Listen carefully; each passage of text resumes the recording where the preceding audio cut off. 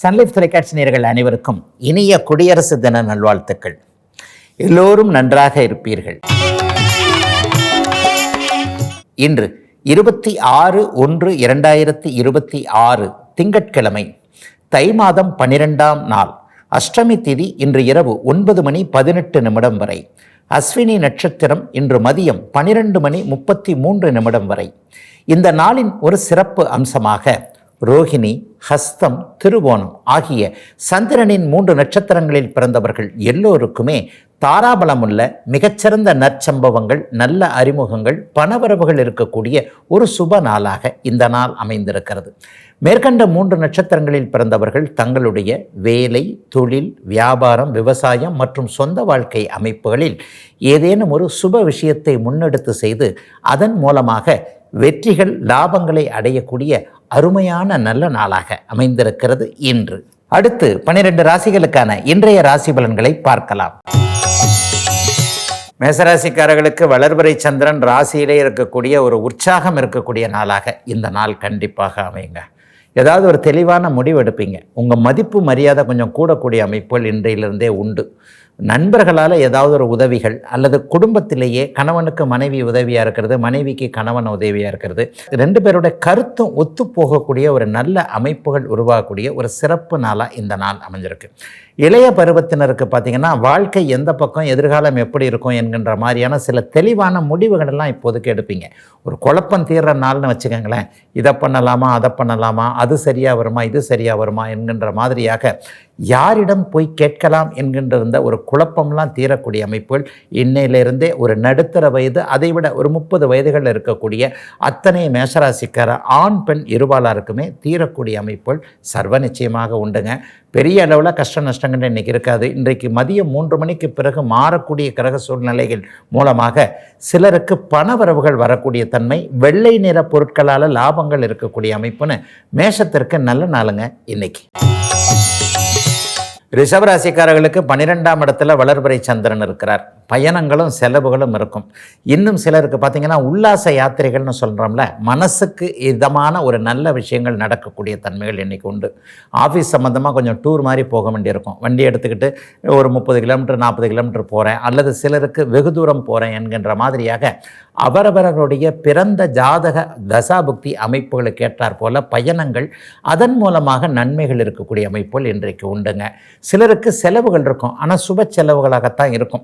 வீட்டிற்கு தேவையான பொருளை இன்றைக்கி சாயந்தரம் வாங்கிடலாம், அல்லது இன்றைக்கி வீட்டை விட்டு கிளம்பும் போதே, ஆஃபீஸுக்கு போகும்போதே, அலுவலகத்திற்கு, வேலை செய்கிற இடத்திற்கு அல்லது தொழில் பண்ணுற இடத்துக்கு போகும்போதே இதை வாங்கிடலான்ற மாதிரியாக மனசுக்குள்ளேயே ஒரு பிளான் போட்டு அந்த பிளானை சக்ஸஸ் பண்ணக்கூடிய அமைப்புகளும் இன்றைக்கு கண்டிப்பாக உண்டு. சிலருக்கு அம்மா விரும்பி கேட்ட ஒரு பொருளை வாங்கி கொடுத்தா என்னன்ற மாதிரியாகவும் இன்றைக்கி ரிஷபராசிக்காரர்களுக்கு வரும். ஏன்னா ரிஷபராசிக்காரர்கள் பொதுவாகவே அம்மானா டக்குன்னு கண்ணு கலங்கிடும் உங்களுக்கு. அந்த அளவிற்கு தாய் மீது பேரன்பு கொண்டவர்களாக இருக்கக்கூடிய உங்கள் அனைவருக்குமே இன்றைக்கு ஏதாவது ஒரு சுப விஷயத்தின் மூலமாக செலவுகள் இருந்தாலும் மன திருப்தி ஏற்படக்கூடிய நல்ல நாளுங்க இன்னைக்கு. மிதுன ராசிக்காரர்களுக்கு லாபமான விஷயங்கள் நடக்கக்கூடிய அமைப்புகள் இன்றைக்கி உண்டு.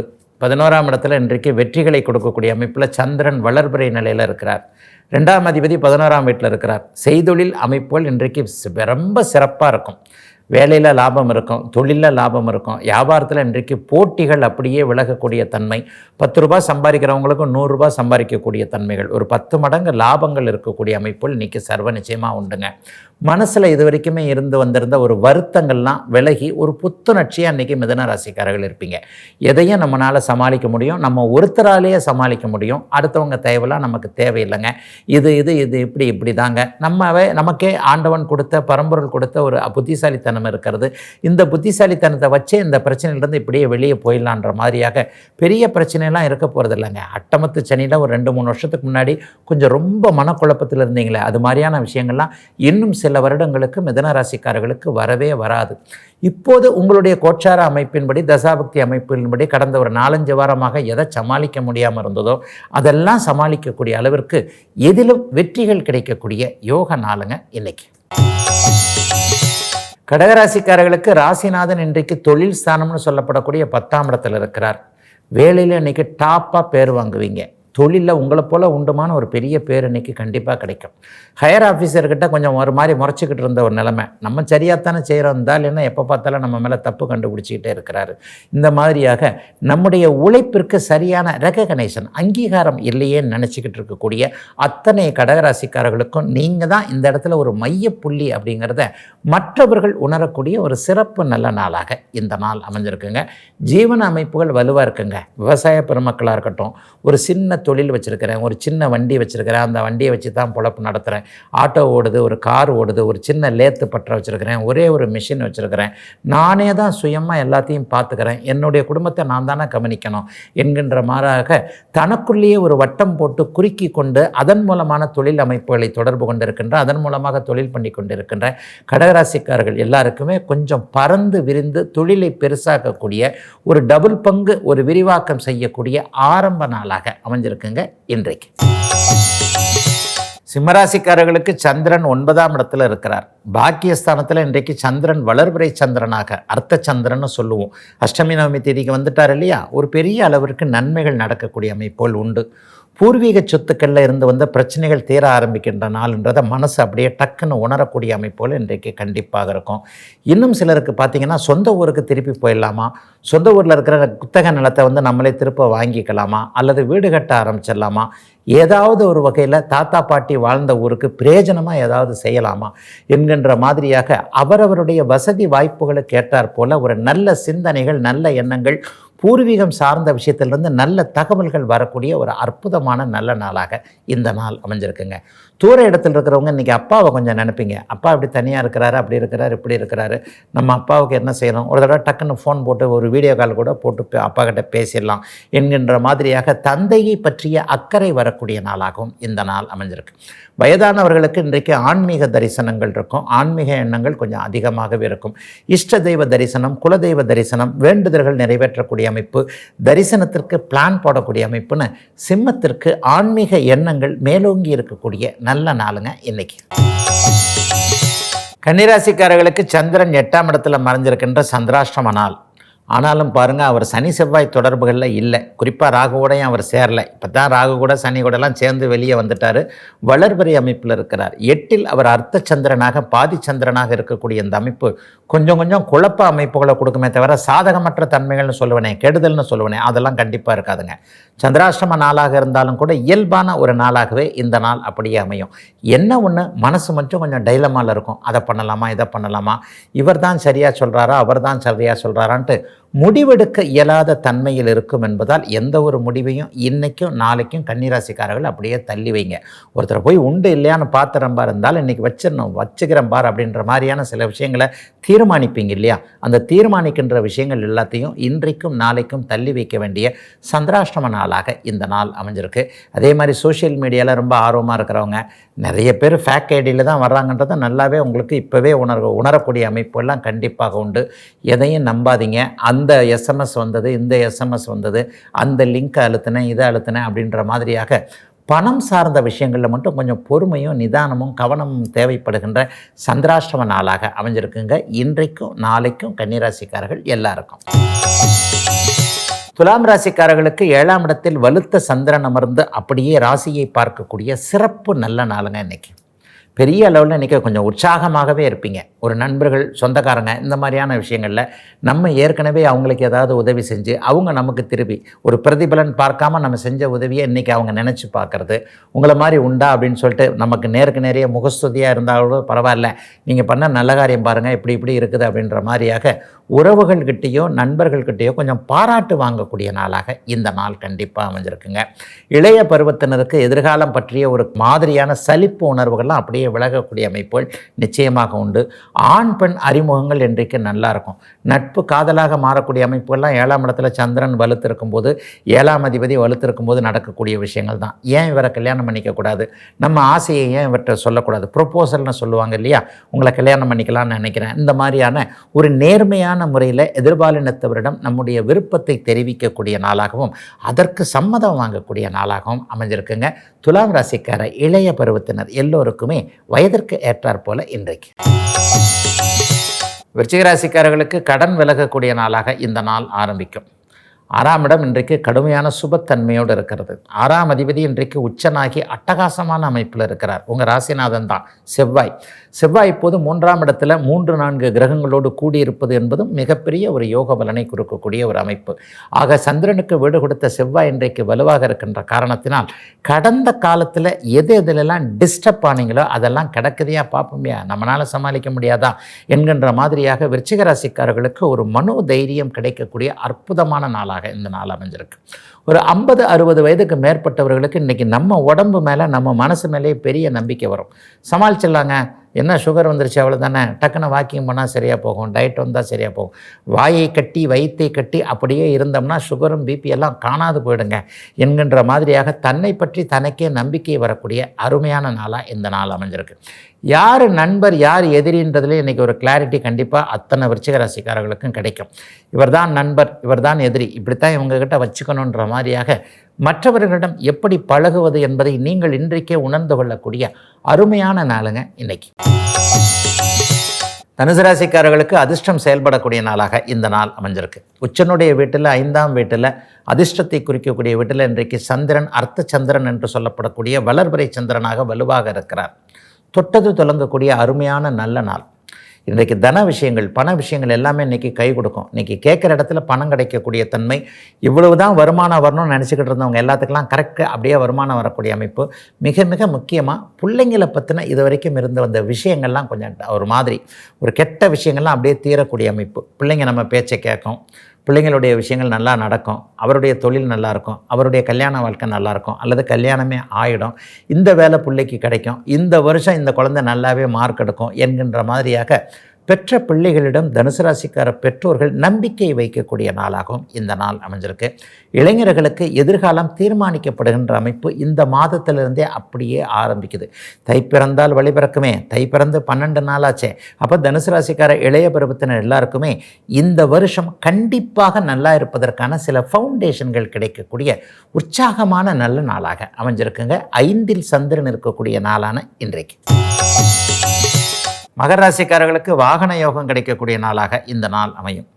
அவரவருடைய அமைப்பிற்கு ஏற்றாற் போல் வயதிற்கு ஏற்றாற் போல் புதுசாக வண்டி வாங்கிறது அல்லது வீடு கட்ட ஆரம்பிச்சிடலான்ற ஒரு தைரியம் வருது.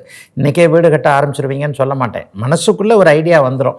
எவ்வளோ நாள் தான் அந்த வீட்டில் இருக்கிறது, அந்த வீட்டுக்கு போகலாம், இந்த வீட்டுக்கு போகலாம், சொந்த வீடு கட்ட ஆரம்பிச்சிடலாம், சொந்தமாக ஒரு ஃப்ளாட்டு வாங்கலாம். இந்த வருஷம் இனிமேல் இன்கம் கொஞ்சம் கரெக்டாக தான் இருக்கும் போல் தெரியுது. ஒரு கடந்த 5-6 வருஷங்களாக இருந்து வந்த ஜிக்ஜாக்னு சொல்லப்படக்கூடிய ஏற்ற இறக்கங்கள் இல்லாமல் ஒரு நிரந்தரமான நல்ல வருமானம் வரும்போது ஒரு வீடு வாங்கிடலாம். அம்மாவை இங்கே கொண்டு வந்து வச்சிடலாம், இப்படி வச்சிடலாம், அல்லது அம்மாவுக்கும் மனைவிக்கும், அம்மாவுக்கும் கணவனுக்கும், அம்மாவுக்கும் அண்ணன் தம்பிங்களுக்கும் ஆகவே ஆக மாட்டேங்குது, இந்த பிரச்சனையை இப்படி தீர்க்கலாம் என்கின்ற மாதிரியாக இப்பொழுது நான் சொன்ன விஷயங்கள் எல்லாம் ஒரு தெளிவான சிந்தனைகள் வரக்கூடிய ஒரு சிறப்பான நாளாக இந்த நாள் அப்படியே அமைஞ்சிருக்குங்க.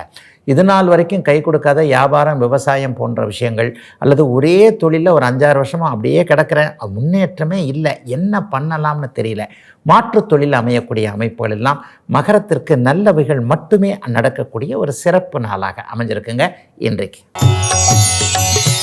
கும்பராசிக்காரர்களுக்கு முயற்சிகள் பலிக்கக்கூடிய நல்ல அறிமுகங்கள் கிடைக்கக்கூடிய நாளாக இந்த நாள் அமையும்.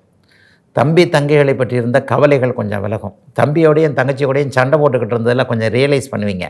என்ன தான் இருக்கட்டுமேயா, அவன் என் கூட பிறந்தவன், என்ன தான் இருக்கட்டும், அது என் கூட பிறந்த தங்கச்சி, நான் செய்யாமல் தங்கச்சிக்கு யார் செய்கிறது, நான் செய்யாமல் தம்பிக்கு யார் செய்கிறது, திட்டத்தான் செய்கிறாங்க, என்ன பண்ணுறது, கூட பிறந்துட்டாங்கல்ல.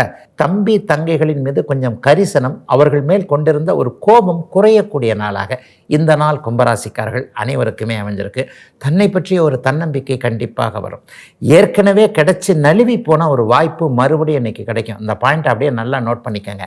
இன்றைக்கோ அல்லது நாளைக்கோ ஒரு விஷயத்தை இப்படி நழுவ விட்டுட்டோமே, என்னடா அது, ஒரு நல்ல சான்ஸை கடவுள் கொடுத்தாரு, அதை போய் மிஸ் பண்ணிட்டோமே அப்படின்னு நினச்சவங்க எல்லாருக்குமே இன்றைக்கோ நாளைக்கோ அதை விட வேறு வகையிலான நல்ல சந்தர்ப்பங்கள் கிடைத்து அந்த சந்தர்ப்பத்தை நீங்கள் அப்படியே உபயோகப்படுத்தக்கூடிய ஒரு சிறப்பு நாளாக இந்த நாள் அமைஞ்சிருக்குங்க. கலைத்திறமை, எழுத்து திறமை கொண்டோர்கள் எல்லோருக்குமே பிரகாசமான எதிர்காலம் கிடைக்கக்கூடிய நல்ல நாளுங்க இன்னைக்கு. மீனராசிக்காரர்களுக்கு பணம் வரக்கூடிய நாளாக இந்த நாள் இருக்கும். அட போங்க சார், காசை கண்ணால் பார்த்து ஒரு 7-8 மாதம் ஆகிப்போச்சுன்ற மாதிரியாக பணம் சார்ந்த விஷயங்களில் கடுமையான மன நெருக்கடி. பண நெருக்கடின்றது அப்புறம், பண நெருக்கடியால் அடுத்து என்ன வருது? மன நெருக்கடி தானே வருது. மன அழுத்தம் வந்துடுதுல்ல. அந்த மாதிரியான நெருக்கடியான சூழல்களில் இருக்கிறவங்களுக்கு கூட என்ன செய்யலாம், ஏது செய்யலான்ற ஒரு கிளாரிட்டி கிடைக்கக்கூடிய நாளாக இந்த நாள் அமைஞ்சிருக்கு. உத்திரட்டாதி நட்சத்திரக்காரர்களுக்கு வேலை சார்ந்த விஷயங்களில் இப்படித்தான், இதுதான், இனிமேல் இப்படித்தான் சமாளிக்கணும், ஒரு வருஷம் கஷ்டமாக தான் இருக்கும், கொஞ்சம் கொஞ்சமாக மேலே வரலாம், டபால்னு போய் கோபுரத்தில் உச்சியில் போய் உட்காந்துட முடியாது, கொஞ்சம் கொஞ்சமாக அந்த வேலை கொஞ்சம் டெவலப் ஆகும், இந்த தொழில் கொஞ்சம் டெவலப் ஆகும், இந்த வியாபாரம் இப்படி ஆகும், இந்த பிரச்சனை, குடும்ப பிரச்சனை இப்படி தீரும் என்கின்ற மாதிரியாக நம்மால் எதுவும் இங்கே ஒன்றும் நடக்கலை, நமக்கு மேலான ஒரு சக்தி இருக்குது அப்படிங்கிறத மீனராசிக்காரர்கள் உணரக்கூடிய அமைப்புகள் கண்டிப்பாக உண்டு. இது அப்படியே இளைய பருவ மீனராசிக்காரர்களுக்கு நடக்கும். பெரியவங்களுக்கு பார்த்திங்கன்னா இன்றைக்கி கொஞ்சம் காசு பணம் வரக்கூடிய நாளாக இந்த நாள் இருக்கும். ரொம்ப நாளாக பெண்டிங் இருந்து வந்த பணம் திரும்ப வரக்கூடிய அமைப்பு, ஒருத்தட்ட கொடுத்து வச்சுருந்த காசு திரும்ப வரக்கூடிய அமைப்பு, வேலை தொழில் வியாபாரங்கள் நன்றாக இருக்கக்கூடிய அமைப்புன்னு 50 வயதுக்கு மேற்பட்ட அத்தனை மீனராசிக்காரர்களுக்கும் நல்ல பலன்கள் நடக்கக்கூடிய யோக நாளுங்க இன்னைக்கு. இதுவரை 12 ராசிகளுக்கான இன்றைய ராசி பலன்களை பார்த்தோம். அடுத்து ஜோதிட சந்தேகத்திற்கான விளக்கத்தை பார்க்கலாம். இன்றைக்கு நம்முடைய சன்லைஃப் தொலைக்காட்சி நேயர் ஒருவர் மிக மிக முக்கியமான ஒரு கேள்வியை கேட்டிருக்கிறார். ஐயா, ஜோதிடத்தில் ஆர்வம் உள்ளவர்கள் அல்லது ஜோதிடர்கள் எல்லாருமே உபயோகப்படுத்தக்கூடிய ஒரு பெரும்பாலான வார்த்தை யோகம்தான். இந்த யோகம் இருக்குது, அந்த யோகம் இருக்குது, நமக்கு அறகுறையாக படிச்சிட்டோம், அல்லது ஜாதகத்திலே எழுதி வச்சிருக்கு, இந்த குழந்தை பிற்காலத்தில் அரச யோகத்தை அடைந்து ராஜயோகத்தை அடைந்து, அந்த யோகம் தர்மகர்மாதிபதி யோகம், நீச்சபங்க ராஜயோகம், அந்த யோகம், இந்த யோகம், விபரீத ராஜயோகம், இதெல்லாம் இருக்குதுங்க. ஆனால் நடைமுறையில் பார்க்கும்போது அவ்வளவு ராஜயோகமும் எல்லாருக்கும் செயல்படுதான்னு பார்த்தா நிச்சயமாக இல்லைங்க. கோடியில் ஒருத்தர் தான் ராஜாவாக இருக்கிறார், அவருக்கு தான் ராஜயோகம் செயல்படுது. லட்சத்தில் ஒருத்தர் தான் பணக்காரராக இருக்கிறார், அவருக்கு தான் அந்த மகா தன யோகம் என்று சொல்லப்படக்கூடிய காசு பணம் வரக்கூடிய அமைப்புகள் வருது. நம்மை போல எளிமையாக இருக்கக்கூடியவர்கள் எல்லாருக்குமே பெரிய பெரிய யோகங்கள் ஏங்க செயல்பட மாட்டேங்குது? எழுத்தில், வாக்கியத்தில், ஜாதகத்தில் இருக்கக்கூடிய அமைப்புகள், அந்த யோக பலன்கள் நடைமுறை அமைப்புகளில் செயல்படாமல் போவதற்கான காரணங்கள் என்ன? யார் ராஜயோகத்தை அனுபவிக்கிறார்னு ஒரு பெரிய அளவில் ஒரு லிஸ்ட்டாக இன்றைக்கி ஒரு நேயர், நம்முடைய சன்லைஃப் தொலைக்காட்சி நேயர் கேட்டிருக்கிறார். உண்மைதான். நான் அந்த பகுதியிலே நிறைய இடங்களில் சொல்லியிருக்கிறேன். யோகம் என்கின்ற சமஸ்கிருத வார்த்தைக்கு நீங்கள் நினைக்கிற மாதிரி அதிர்ஷ்டம் என்கின்ற அமைப்பு, அதற்கான மொழிபெயர்ப்பு, அதற்கான அர்த்தம் இல்லவே இல்லை. யோகம் என்பது ஒரு சமஸ்கிருத வார்த்தை. அப்போ யோகம் என்கின்ற அமைப்பிற்கு, வார்த்தைக்கு என்ன உண்மையான அர்த்தம்? சேர்க்கை, இணைவுன்னு தான் அர்த்தம். அதாவது 2 கிரகங்கள் சேர்ந்திருந்தால், 3 கிரகங்கள் சேர்ந்திருந்தால், இந்த மாதிரியான இடத்துல இப்படி இருந்தால் இந்த அமைப்பு என்பதைத்தான் யோகம்னு சொல்கிறோம். நீங்கள் தான் அது அதிர்ஷ்டம் அப்படி இப்படின்னு புரிஞ்சுக்கிறீங்க. அதே மாதிரி எத்தனை ராஜயோகங்கள் இருந்தாலும், எத்தனை பெரிய யோகங்கள் இருந்தாலும், பெரும்பாலும் 2344 யோகம் இருக்கிறதா ஒரு தோராயமாக வச்சுக்கோங்களேன். புதிதாக யோகங்கள் சேர்ந்து கொண்டு தான் இருக்கும் அவரவருடைய அனுபவங்கள் ஏறும் பொழுது. முக்கியமாக நம்முடைய மூல கிறந்த நூல்களில் யோகங்கள் என்று சொல்லப்பட்டு குறிப்பிடப்படுபவை 2344 யோகங்கள். அதுலேயும் குறிப்பாக ஒரு 100-150 யோகங்கள், 144 யோகங்கள் மிகச்சிறப்பாக குறிப்பிடப்படுகின்றன. அதில் 10க்கும் குறைவான யோகங்களை ராஜயோகங்கள்னு நம்ம சொல்லலாம். இவ்வளவு யோகங்களும் ஒரு தனி மனிதனுடைய ஜாதகத்தில் செயல்படுமா அப்படின்னு பார்த்தா, ஒவ்வொரு நிலைமைக்கும் யோகத்திற்கு, எப்படி நான் அடிக்கடி சொல்கிற மாதிரி, விதியை விட விதி விலக்குகள் அதிகமாக இருக்கக்கூடிய சாஸ்திரம் இந்த சாஸ்திரம். நீங்கள் பிறக்கும் பொழுது உங்களுடைய லக்னம், லக்னாதிபதி போன்றவைகள் எத்தகைய அமைப்பில் இருக்கின்றன என்பதை வைத்துத்தான் நீங்கள் இதை அனுபவிக்க பிறந்திருக்கிறீர்கள், அதை அனுபவிக்க பிறந்திருக்கிறீங்க. நீங்கள் ஒரு பேரரசனாக இருக்க பிறந்திருக்கிறீங்க, அல்லது அரசனாக இருக்க பிறந்திருக்கிறீங்க, அல்லது அந்த அரசனுக்கு வெளியே, அந்த அரண்மனைக்கு வெளியே ஒரு ஈட்டியை பிடித்து கொண்டு ஒரு காவல்காரர் நிற்கிறார் இல்லையா? அந்த காலத்தில் நின்னார் இல்லையா? ஏன்னா அந்த காலத்தில் ராஜயோகம்னு தான் சொன்னாங்க. இந்த காலமாக இருந்தால் முதல் மந்திரி யோகம், ஜனாதிபதி யோகம், பிரதமர் யோகம்னு நம்ம சொல்லலாம். அந்த காலத்தில் ஈட்டியை பிடிச்சிட்டு கூட தான் அரண்மனைக்கு வெளியே ஒரு ராஜா மாதிரி ஒருத்தர் இருந்தார். அவரை அவர் அனுமதிச்சா தான் நம்ம ராஜாவை பார்க்கறதுக்கே உள்ளே போக முடியும். அந்த மாதிரியாக ஒரு காவல்கார யோக அமைப்புகளில் இருக்கிறீர்களா என்பதை லக்னமும் லக்னாதிபதியுமே கண்டிப்பாக தீர்மானிக்கிறது. ஆக முக்கியமான யோகங்கள் 2344 யோகம் இருக்குன்னு சொல்கிறீங்க. அதில் முக்கியமான சில யோகங்கள் மட்டும்தான் நம்முடைய கண்ணுக்கு தெரிகின்றது, நம்முடைய கருத்திற்கு வருகிறது என்றால், ஆமாம், பஞ்சமகா புருஷ யோகங்கள் என்று சொல்லப்படக்கூடிய சில யோகங்கள், தர்மகர்மாதிபதி யோகம், பெயரில் சொல்லக்கூடிய நீச்சபங்க ராஜயோகம், விபரீத ராஜயோகம், மகாதன யோகம் போன்ற மிக மிக முக்கியமான ஒரு டஜனுக்குள்ள ஒரு 10-20 யோகங்கள் தான் எல்லாருடைய வாழ்க்கையிலையும் சிறப்பாக செயல்படும். அப்போ அந்தந்த மாதிரியான சிறப்பாக செயல்படக்கூடிய யோகங்கள் என்ன என்ன என்பதை நாளையிலிருந்து வரிசையாக ஒரு 10-15 நாட்களுக்கு பார்க்கலாங்க. அந்த யோகம் ஏன் செயல்படும், எப்படி செயல்படாமல் போகுது என்கின்ற விளக்கத்தையும் கண்டிப்பாக பார்க்கலாம். இதுவரை 12 ராசிகளுக்கான இன்றைய ராசி பலன்களையும் ஜோதிட சந்தேகத்திற்கான விளக்கத்தையும் பார்த்தோம். மீண்டும் நாளை காலை இதே ராசி பலன் பகுதியில் உங்களை சந்திக்கும் வரை உங்களிடமிருந்து விடைபெற்றுக் கொள்வது உங்கள் ஜோதிடர் ஆதித்ய குருஜி.